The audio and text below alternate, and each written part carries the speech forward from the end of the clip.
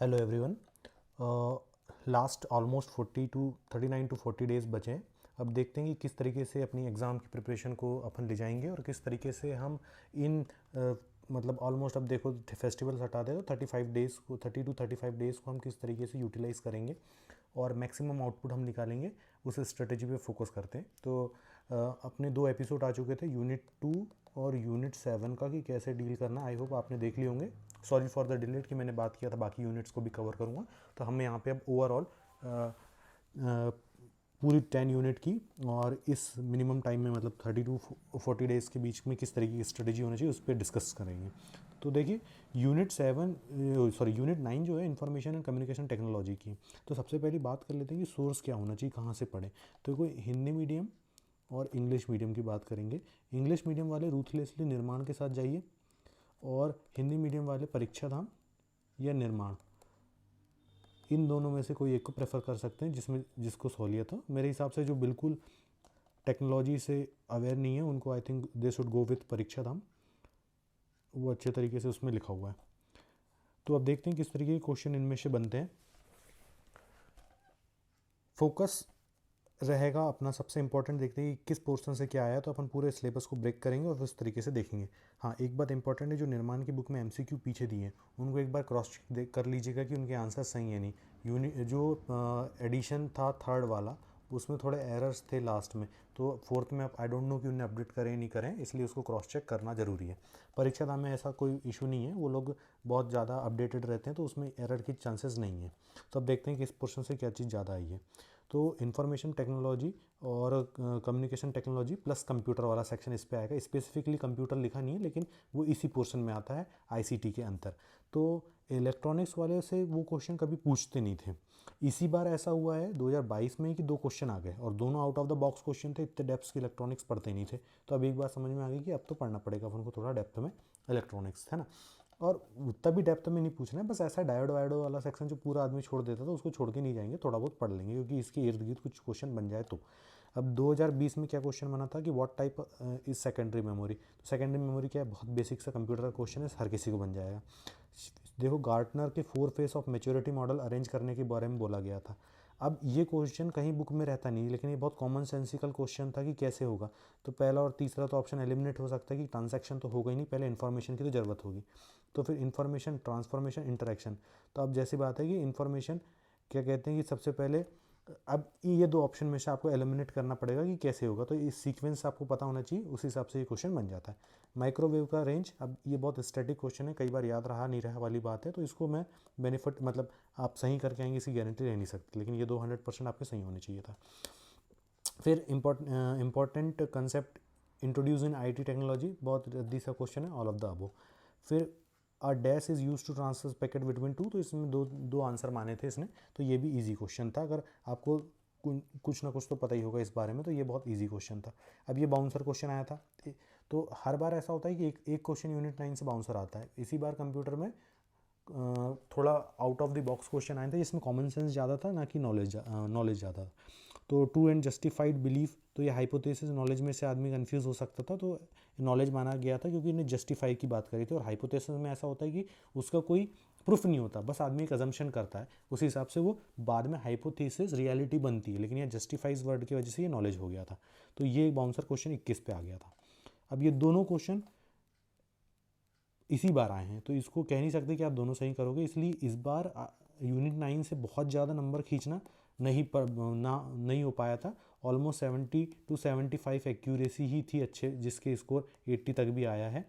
तो हर बार यूनिट 9 से ऐसा होता है कि आप 90% टारगेट कर सकते थे, लेकिन इसमें नहीं कर सकते थे। अब रोबोटिक्स, आर्टिफिशियल इंटेलिजेंस और cyber security, most important unit है ये, मतलब यूनिट 9 का सब पार्ट है, क्योंकि हर बार इससे मिनिमम 2 क्वेश्चन तो आए हैं और मैक्सिमम इस बार 1, 2, 3, 4 और 5 क्वेश्चन आ चुके थे। तो अब देखते हैं कैसे क्वेश्चन आए। तो वयोमित्र बहुत इजी क्वेश्चन 2020 में आया था। पूमा का फुल फॉर्म, अब देखो इसमें भी क्या, मतलब कॉमन सेंस कह सकते हैं जिसका मतलब साइंस बैकग्राउंड है, और ह्यूमैनिटीज़ के साथ ये नहीं कह सकती कॉमन सेंस से इसको किया जा सकता था। ब्लोफिस आउट ऑफ द बॉक्स आ गया क्वेश्चन, है ना। तो इससे रिलेटेड चीज़ अपन थोड़ी सी डेप्थ में पढ़ लेंगे, मतलब साइबर सिक्योरिटी से रिलेटेड चीज़ आ गई तो इसमें देख लेंगे, इसको इंपॉर्टेंट है। वर्चुअल कीबोर्ड, ये बहुत इजी क्वेश्चन था। ईमेल किस चीज़ के लिए आते हैं, ये भी बहुत ईजी क्वेश्चन था, हर टेक्स्ट बुक में मिल जाता है। Which one of the following is not the advantage of robots, common sense वाला क्वेश्चन था। आईटी सिक्योरिटी, ये भी कॉमन सेंस वाला क्वेश्चन था, बहुत basic question, father of artificial intelligence, हर जगह हर किसी को पता है। Which one of the following is virtual assistant का एग्जाम्पल नहीं है, ये भी बहुत ईजी क्वेश्चन था। फिर which of the following is not a source of artificial intelligence, source, अब देखो इसमें ये भी कॉमन सेंसिकल क्वेश्चन है, इसको कैसे करना, अब देखो आर्टिफिशियल इंटेलिजेंस मतलब क्या होता है, जो इंटेलिजेंस जो कंप्यूटर द्वारा जनरेटेड होती है, जो कि ह्यूमन ज़्यादा जनरेटेड नहीं रहती, उसको आर्टिफिशियल कहा जाता है। तो ऑब्वियसली बात, डेटा तो लगेगा ही, बिना डेटा के इंटेलिजेंस कैसे आएगी, इनपुट तो दोगे ही ना। एल्गोरिथम क्या होती है, जो आप डेटा को किस तरीके से वो रिएक्ट करेगा, वो एल्गोरिथम होती है। और पीपल क्या होते हैं, जो उस डेटा को इनपुट कराएंगे, तो पीपल भी इंपॉर्टेंट, एबिलिटी का कोई लेना देना है नहीं। तो इसलिए यहाँ पे ये कॉमन सेंस से हो सकता है, लेकिन लोग इस दो चीज़ में कंफ्यूज हो गए, पीपल और एबिलिटी, तो इसलिए ये भी एक अच्छा क्वेश्चन माना जाएगा। इसको 100% आप नहीं कह सकते, सही कह सकते। इसलिए 2022 के जितने क्वेश्चन थे उस पर बुक रीडिंग की जरूरत नहीं थी, सिवाय वो इलेक्ट्रॉनिक्स वाले, डायोड वाले, बाकी क्वेश्चन तो कॉमन सेंसिकल थे।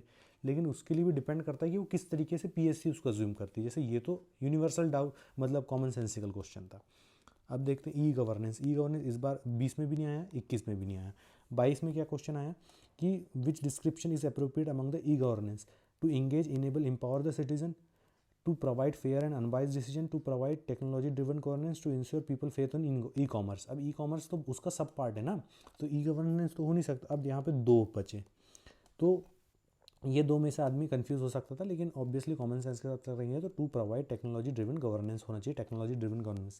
एम्पावर एंगेज सिटीजन तो और दूसरी चीज़ों में भी करा सकते हैं ना, जैसे क्या कहते हैं कि वोटिंग बिहेवियर, ये सब चीज़ें different different. E governance specific word तो यहाँ ऑप्शन पे लिखा नहीं, इसलिए सी आंसर होगा इसका।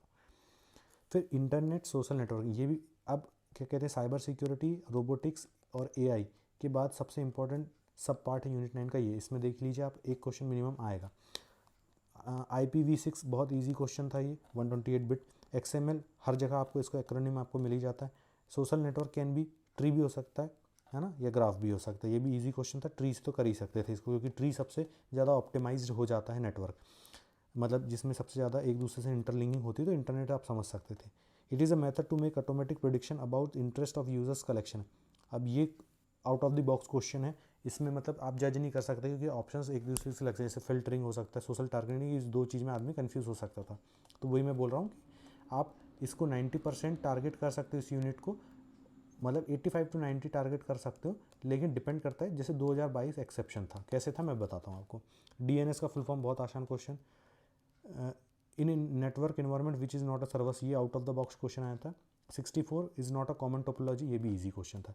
सोशल मीडिया ऑप्टिमाइजेशन, अब क्या हो रहा है इसमें, PSC ने इसका आंसर मारा easily creating publicity of social network, और जबकि सही आंसर होना चाहिए creating short content with easily indexed.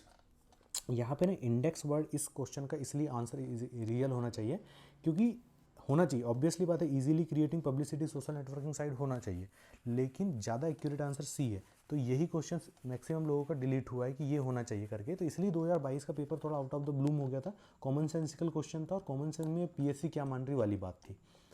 तो और एक ई कॉमर्स के ऊपर कैसे क्वेश्चन आया, तो 2020 में नहीं आया, 21 और 22 में आया, तो ये तो बहुत इजी क्वेश्चन था। ऑप्शन वाला कंज्यूमर फिक्स प्राइस, ये भी बहुत इजी था।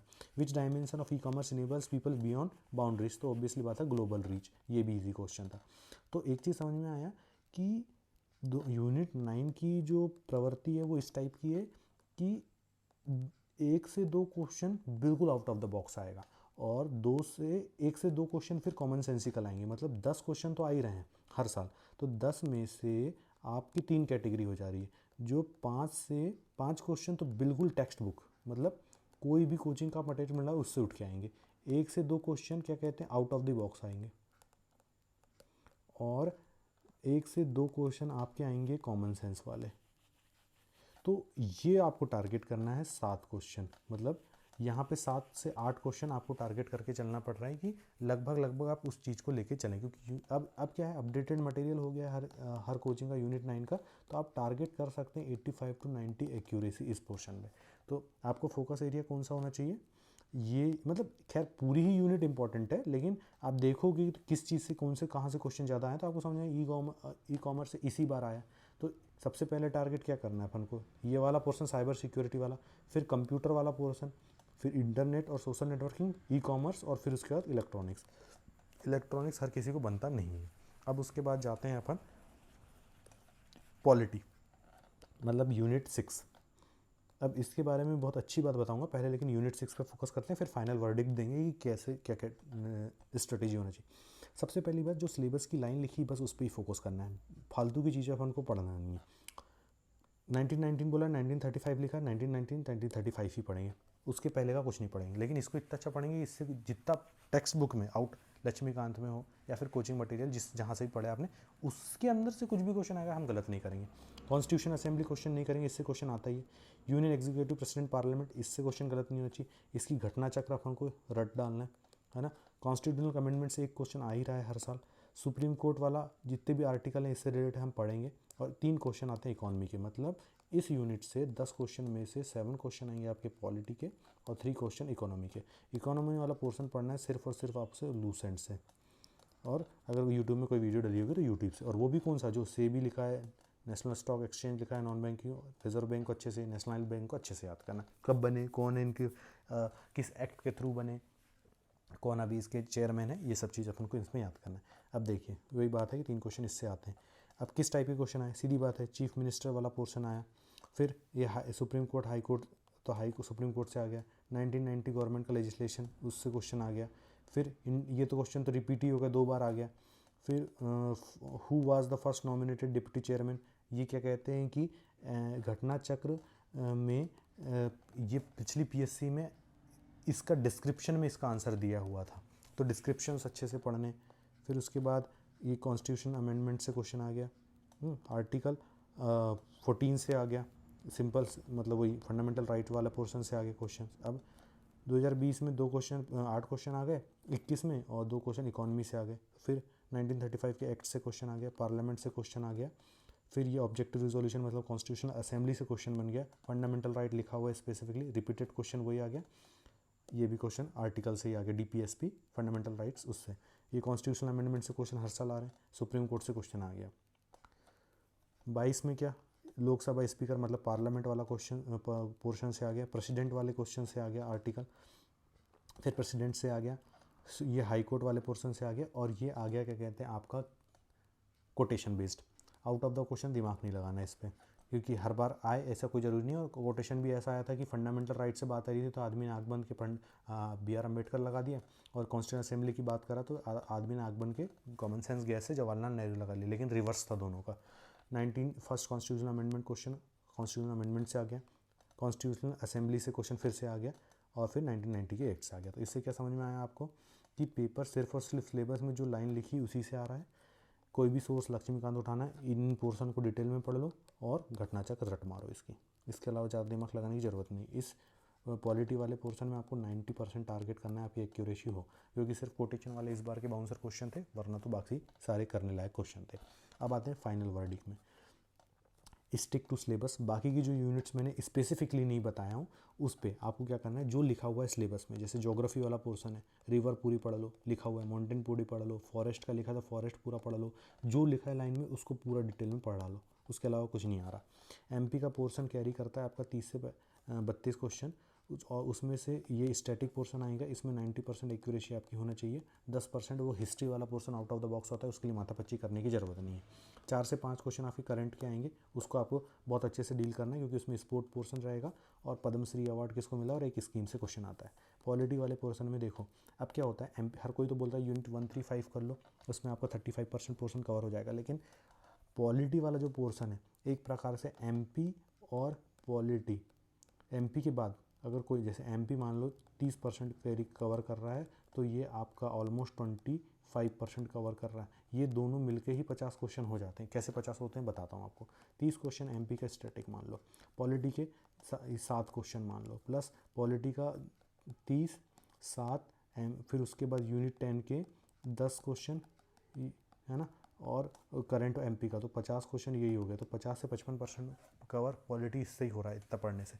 करंट अफेयर में क्या फोकस करना है अपन को, बहुत इजी है, परीक्षा दाम की किताब ले लो या तत्वपाण की किताब ले लो, स्पीडी ले लो, इंटरनेशनल वगैरह की, उसमें भी फोकस क्या करना है। एमपी के लिए तो अवार्ड, कौन से अवार्ड, पद्मश्री अवार्ड है ना, राष्ट्रपति सम्मान, फिर उसके बाद व्यास सम्मान, तुलसी सम्मान, ये कौन से मिले हैं। स्पोर्ट्स में प्लेयर्स के पूरे नाम याद लोगों को, किसको कौन सा मेडल मिला है।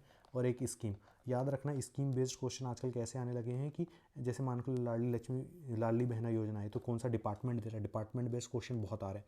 जो दूसरी MPPSC ने एग्ज़ाम कंडक्ट करा उसमें स्कीम वाले क्वेश्चन आ रहे हैं, तो कौन सा डिपार्टमेंट स्कीम कर रहा है, लागू कर रहा है, वो क्वेश्चन बहुत बन रहा है। नेशनल इंटरनेशनल में आपको फोकस करना है कि पर्सन, मतलब कोई क्या कहते हैं कि कौन सा पर्सन इंपॉर्टेंट था, कौन की डेथ होगी, पर्सन बेस्ड क्वेश्चन। उसके बाद फर्स्ट वाले मतलब पहली कहाँ की प्रधानमंत्री कौन बना है ना, किसकी जो पहला था जिसकी डेथ हो गई वो पढ़ना है। और अवार्ड्स, स्पोर्ट्स से रिलेटेड अवार्ड्स देख लो, और अवार्ड्स जो MPPSC के बहुत फेवरेट होते हैं। अब देखते हैं कि किस तरीके से PSC की पूरी मतलब प्री की तैयारी करना है अपन को। तो ये मस्ट विन बैटल है। देखो ऑब्वियसली बात है 80% क्वेश्चन आपको सही, मतलब 80 क्वेश्चन सही करना है, मतलब सब चीज़ इंपॉर्टेंट है, ऐसा तो कह नहीं सकते ये इंपॉर्टेंट है ये इंपॉर्टेंट नहीं है, लेकिन इंपॉर्टेंट में भी क्या ज़्यादा इंपॉर्टेंट क्या नहीं है। तो गुड बेटर बेस्ट होता है, तो गुड जैसी चीज़ तो आपको किसी चीज़ में रखना ही नहीं है, आपको बेटर ही रखना है और फिर उसके बाद बेस्ट रखनी है। गुड तो ऑप्शन ही खत्म हो गया। तो अब कौन सी मस्ट विन बैटल कौन सी होती है, MP 90% एक्यूरेटी 1, 3, 5 में होना चाहिए। 90% में 10% कहाँ एरर कर सकते हो, सिर्फ और सिर्फ आप यूनिट 1 की हिस्ट्री, मतलब MP की हिस्ट्री जो अलग जगह मिलती है तो मिलती है, जिसमें आदमी उतना डेप्थ में मतलब इतनी कन्फ्यूजिंग होती है, कई चीज़ आपको याद नहीं रहती। लेकिन बाकी मस्ट विन बैटल आपको कल्चर वाला पोर्शन हो गया, पॉलिटी वाला पोर्शन हो गया, ज्योग्राफी वाला पोर्शन है, इसको आप 100% एक्यूरेसी करना ही पड़ेगा। पॉलिटी यूनिट 10 और यूनिट 6 आपको 90% एक्यूरेसी ले जाना पड़ेगा। यूनिट 9 में 85 to 90% एक्यूरेसी ले जाना पड़ेगा। मतलब ऑलमोस्ट ये आपके कितने हो गए, 30 क्वेश्चन, 40 और 7 47 और यहाँ पे भी आप मान के चलो 10 57, मतलब होते तो 60 क्वेश्चन है, मतलब 60 क्वेश्चन में से आपको लगभग यहाँ पे 55 क्वेश्चन सही करना पड़ेगा, तब आपका गेम बनेगा। फिर उसके बाद बाकी की यूनिट्स में कैसे प्रेफरेंस देना है, तो सब ज्योग्राफी वाला बहुत इजी पोर्शन है, मैपिंग के थ्रू कर लो, बहुत इजी ज्योग्राफी हो जाती है, आराम से रिवाइज करते जाओ, खत्म हो जाएगा। फिर यूनिट 8 करंट अफेयर वाली बता दिया हूँ मैंने, कैसे डील करना है, किस तरीके से डील करना है, कौन सा सोर्स फॉलो करना है। 2 और 7 के बारे में अपन ने स्पेसिफिकली बात कर ली। अब रही जितने भी समय 35 से 40 दिन जो बचे हैं, उसमें आपको आपका जो 100% टाइम है उसको 3 पार्ट में डिवाइड करना है, 30, 30 और 60 है ना, सॉरी 40। तो 40%, तो 100% में से ये 40% हो गया, ये 30% हो गया और ये 30% हो गया। 40% आप रीडिंग वाला पोर्शन करो कि मतलब आप ये सब्जेक्ट नहीं हुआ पढ़ के मैं ये पढ़ रहा हूँ। 30% आपने रिवाइज़ कर लिया, जो यूनिट्स पढ़ के होगी उसको एक्टिव रिवॉल्व करो, किताब उठाओ, जैसे लिख दो सीधी कि मतलब मॉडर्न पढ़ना है अपन को, तो मॉडर्न स्टार्ट कर दो, पूरी क्रोनोलॉजी अपने दिमाग में पढ़ लो, जहाँ जहाँ फंस रहे फिर उसको रीडिंग के लिए उठा। और 30% आप अपने आप को टेस्ट करो, घटनाचक्र से करो, घटनाचक्र से पढ़ो, या फिर आप कोई भी 100 क्वेश्चन को उठा के टेस्ट मारो, जितना टेस्ट मारोगे तो उससे एक्टिव रिकॉल होगा। तो यही है कि आपको एक्टिव रिकॉल करना है 30-30, और बाकी का 30% का समय ऐसे आपको करना है। देखो भैया, टेस्ट दोगे तो कोशिश करना 100 क्वेश्चन वाला टेस्ट देना, सेंटर पे जाके दे रहे हो, सेंटर पे 3 इटरेशन पेपर को सॉल्व किया जाता है, पहले 100 में से जो बिल्कुल आपको 100% बनते हैं वो, फिर उसके बाद 2 ऑप्शन एलिमिनेट करने वाले, और फिर उसके बाद ब्लाइंड गेसिंग करने वाले। 3 इटरेशन में पेपर किया जाता है। पैनिक होने की ज़रूरत नहीं है, सिलेबस में जो जो चीज़ लिखी है उसको बिल्कुल बिंदास पढ़ो, जो लिखा हुआ है उसी पे फोकस करो। अब जैसे मान लो जो प्रेसिडेंट है, तो प्रेसिडेंट के पूरे आर्टिकल आपको बाय हार्ट याद होना चाहिए। फिर उसके बाद एक्टिव रिकॉल कर लो, आर्टिकल्स याद हो गए, उसके बाद जितने क्वेश्चन बन सकते घटनाचक्र से याद कर सको, और जो मस्ट विन बैटल है उस पर पूरा फोकस करो। जो चीज़ सब सही करके आ रहे हैं और आप गलत करके आ रहे हैं, तो आप 100,000% मान के चले कि आप गेम से बाहर हैं। इसलिए ज़्यादा रिवीजन करो, एक्टिव रिकॉल करो, गेम याद करने का ही है, उसके अलावा कुछ नहीं है। कुछ भी आपको क्यूरी आती है कमेंट सेक्शन में पूछिए, जितना ज़्यादा शेयर कर सकते हैं शेयर करने की कोशिश करिए। मिलते हैं आपको, अगर कोई इंपॉर्टेंट वीडियो बनाने की ज़रूरत पड़ेगी तो मैं बना के रखूँगा, अगर आपको लगता है कि इस चीज़ में वीडियो बना दी तो मैं ज़रूर बनाऊँगा। Thank you so much.